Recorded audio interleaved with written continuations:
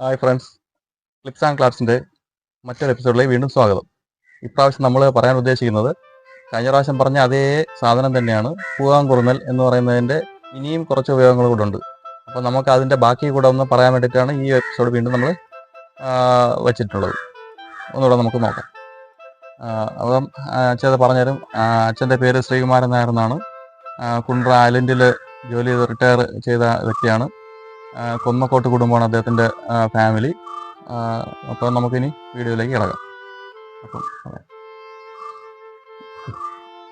പീനിസത്തിന് വേണ്ടിയുള്ള ഇതാണ് ഞാനിപ്പോൾ പറയുന്നത്.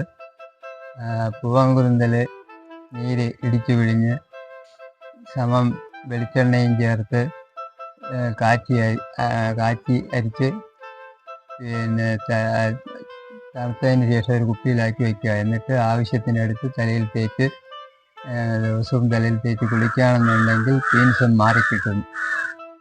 ഇനി അതിന് വേറെ എന്തെങ്കിലും ഉപയോഗമുണ്ടോ?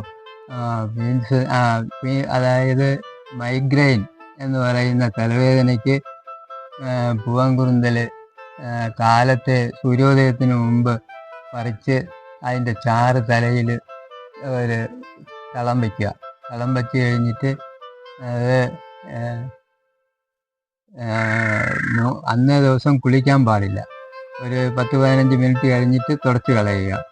അടുത്ത് അങ്ങനെ ഒരു 3 ദിവസം അടുപ്പിച്ച് ചെയ്യാമെന്നുണ്ടെങ്കിൽ മൈഗ്രെയിൻ എന്ന് പറയുന്ന തലവേദന പിന്നീട് ഉണ്ടാവില്ല.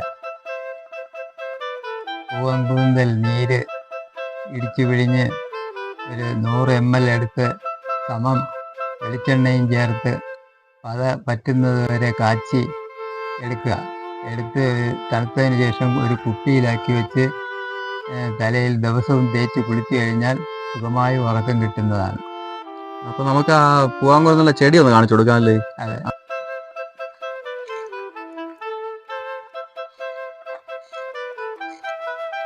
കാണാൻ പറ്റുന്നുണ്ടെന്ന് തോന്നുന്നു. ഇതാണ് പൂവാങ്കുറുന്നൽ എന്ന് പറയുന്ന ചെടി. ഇനിയും നമുക്കിതുപോലെ വേറെ വീഡിയോസായിട്ട് വരുന്നുണ്ട്.